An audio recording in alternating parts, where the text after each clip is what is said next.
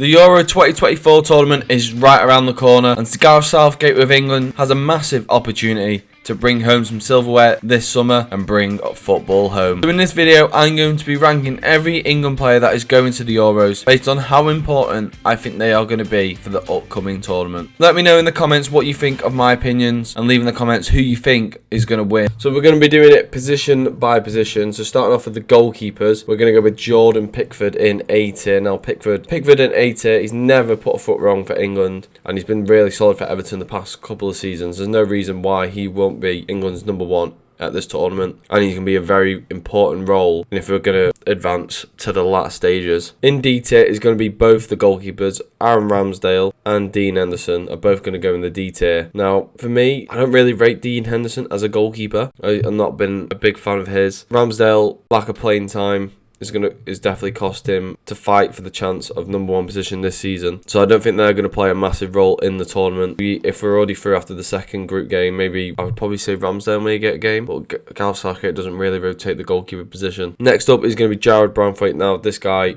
has a hell of a future in England, but for now he's going to be in the C tier. I feel Branthwaite's probably the future of England's defence for years to come. Very similar to John Stones' come up, the way he's gone up the Everton ranks. So I'm very excited to see his future in this tournament. Don't think he's going to play a huge role. Didn't play in the past two friendlies, so I doubt he's going to make that many appearances, if any, in this tournament. Next up, Kyle Walker. Kyle is going to go in A tier. Arguably the best right back in the world, definitely in the top three, that is for sure. Kyle Walker on his day is unbeatable. He's pocketed players like Vinicius, like Mbappe, and that's who you want in your right back slot. Next up is going to be Trippier. Trippier is going to go in the B tier. Now, he's not the greatest of seasons at Newcastle. Great start and then a big drop off in form, but that was for the entire Newcastle team. A lot of mistakes, but for England, Trippier is very, very solid. Can play both fullbacks as well, so you got to take into consideration his versatility. Can play left back and right back. Maybe have to be utilised at left back if a certain man isn't fit for the tournament, because we've got only one left back in the provisional squad. And after that great goal against Croatia in 2018, Trippier is definitely in high regards in terms of England performances. Next up is John Stones. Now, Stones is going to go in A tier as well. Once again, like Pickford, if we're going to do anything in this tournament, John Stones is going to be vital in playing a role in that. Got to start. Definitely England's best centre-back at the moment, and has been for the past couple of years. If he can carry his Man City performances over to England, we're in for a treat this summer. Next up is Luke Shaw. Now, if fit, I would put Luke Shaw in B tier. Now, definitely England's best option at left back by far. That's one position we are definitely struggling with, is the left back options. But when Shaw is fit, he is absolutely incredible, especially at going forward, creating attacks, getting crossed into the box. He scored that great goal in the Euros final in 2021. And hopefully, even though he's not played that much, well, he's played like 15 games for United this season, but hopefully he can get fit for this tournament and put in an absolute performance. Next up is Quansah. Quansah's going to go in E tier. Nothing against Quansah, just don't think he's going to feature at all. He's definitely just been brought up to the squad for experience. I don't think he's going to make the final team. Next up is Harry Maguire. Now, I'm going to put Maguire in B tier. Maguire's played a huge role in past tournaments for England, scoring some big headers. Him, Stones and Pickford have got a hell of a connection in the back line. Gareth Southgate doesn't really like to change that much. He's stuck with Maguire, even through the bad times he's stuck with Maguire, so I can't see why he will not be starting in this tournament, even though his lack of game time for Man United it's been caused by a couple of injuries. But definitely, if everyone was fit at United, he wouldn't be starting, but he still manages to play for England every tournament, and he does perform. So Gareth Southgate. Next up is Quansah. He's going to go in C tier. He's had a hell of a season for Aston Villa, getting into the Champions League bases. Quansah is a decent centre-half, can also play as a right back. He has played a right back a lot this season for Villa, so once again, good versatility in the squad. Next up is Guéhi. Now, I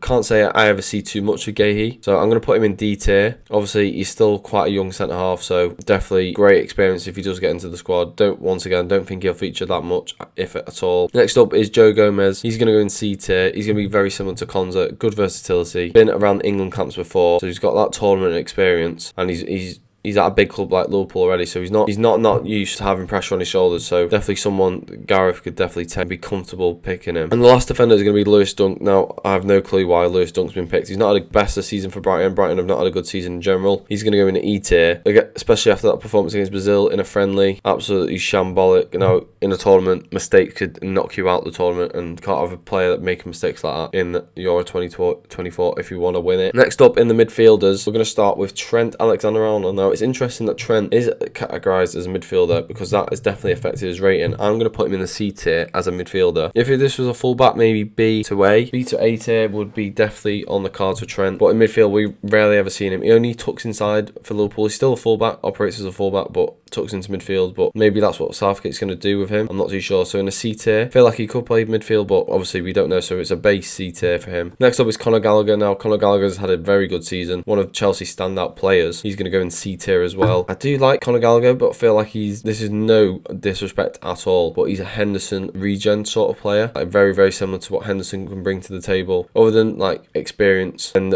maybe Henderson's leadership, I feel like they play very, very similar. High energy, do the basics well. So it's not a dig at him at all. But I would prefer a more complete midfielder, more technically gifted, and that's going to come later in the list. Next up, we've got Curtis Jones. He's going to go in E tier. I don't think Curtis Jones is going to get taken. By the looks of it, Gareth Southgate is definitely going to play a 5 at the back, and I'm going to explain in a minute why we're taking this person over him. So in E tier, I don't think he's going to go to the tournament at all, which is a shame because I do rate Curtis Jones highly, but it's just a shame this next player, in my opinion, is just better. Next up is Kobbie Mainoo. Now, Mainoo's had a hell of a breakthrough season at Manchester United, scoring a goal in the FA Cup final to secure Manchester United's the win over. He's going to go in B tier for me. I feel like Mainoo, in my opinion, should start for England this summer. I feel like nothing phases this young man, and he should partner Declan Rice in the midfield this summer in Germany. I feel like that partnership would be actually unreal to see. So next up then is Declan Rice. He's going to go in S tier. If we don't have Declan Rice in the midfield in this tournament, if he gets an injury, we are screwed. Declan Rice is by far England's best midfield player in the squad. No one can play that role that he does. Obviously, he's going to have to play as a 6 because we've got no real other option. As an 8, if we had someone that could competently play the 6,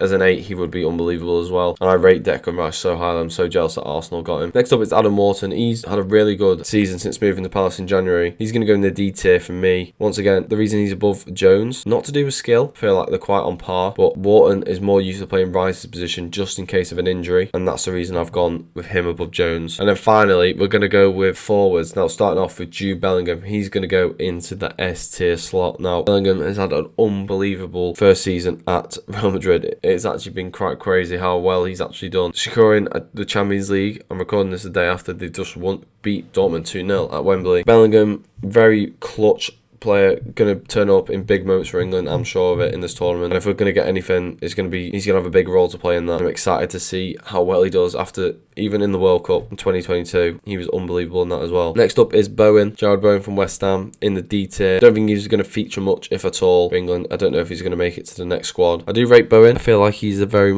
quite a direct player. Don't know if he suits the way England play at the moment, but I do like Bowen. Next up is Eze. He's going to go in the D tier. I rate Eze highly, but I don't know where Southgate's going to utilise him, and if at all, because we've got loads of players in these positions. I feel like he's going to replace that he's used before. I'm going to come later down this list. I think Eze's up there with some of the best talent that we've got, technical skill. Next up is Foden, coming off the back of a great season for Man City. He's going to go in S tier. Won Premier League Player of the Season, and we've got to start him in the Euros. He's got to be one of the first names on the team sheet, that is for sure. And with that blink up of Bellingham, Foden and Kane, I think this is going to be a scary front three or front four with Saka as well. I think it's going to be unbelievable to see these guys link up together. Now next up is Grealish. He's going to go in the C tier. Hasn't featured for Man City that much this season. 20 games in the Premier League, 10 of them off the bench. He's had a very, very quiet season after winning the treble the previous season. I feel like Grealish is a very good impact sub. Definitely can drag players out of position and create spaces for others. So he's going to be a vital use to Gareth Southgate's wheelhouse in terms of different options, different strategies he wants to deploy on the pitch. Gordon is going to go in D tier. Now, I do like Gordon. I think he's a very, very good player. Works hard. Has quality when needed as well. But once again, I think he's a bit like Eze. I just don't think Gareth Southgate is going to use him that much, if at all. Even though fans know they've got quality, I just don't think he's going to trust these type of players, which is very unfortunate. Next up is Harry Kane, going to go in the S tier, the last player to go in the S tier. Do I need to even explain about Harry Kane? Top goal scorer of England for all time. Unlucky at Bayern Munich this season. Moves there from Tottenham to try and win a trophy, and he can't, which is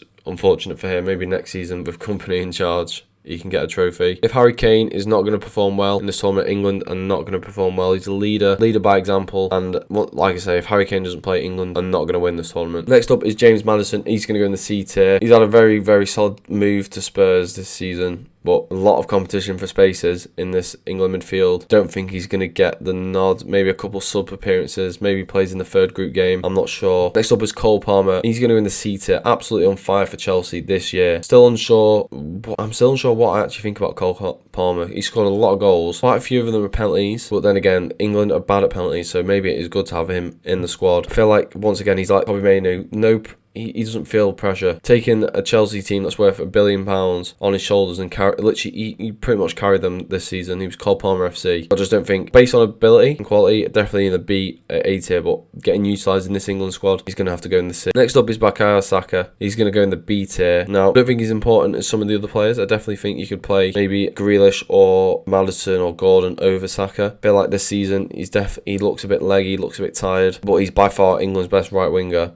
Even Palmer could get in over Saka, but I feel like Saka just offers that balance on that left hand side that not many other players do offer. Next up is Tony, going to be an E tier. Played 6 months of football this season, since he's come back to Brentford, he's not been at the races at all. He's not returned to his form of the 22-23 season, which is disappointing. So maybe hinders his move in the upcoming summer. I don't know if many teams are going to be interested in him. And next up is Ollie Watkins. Like I said for Konsa, absolutely on fire this season for Aston Villa. Had the same amount of goal involvements as Erling Haaland, which was 32 in the Premier League. And as a backup for Kane for the last 20 minutes, if we're winning a game, Watkins would be very, very solid to bring on. And I do like Ollie Watkins. I feel like he offers something a bit different to Kane, a bit more direct, a bit more in behind, because Kane likes to drop deep. So I do like Watkins as a shout. So that is my England squad tier list. If you have enjoyed, drop a like. Let me know what you think of it in the comments below, and I'll catch you in the next one. Peace.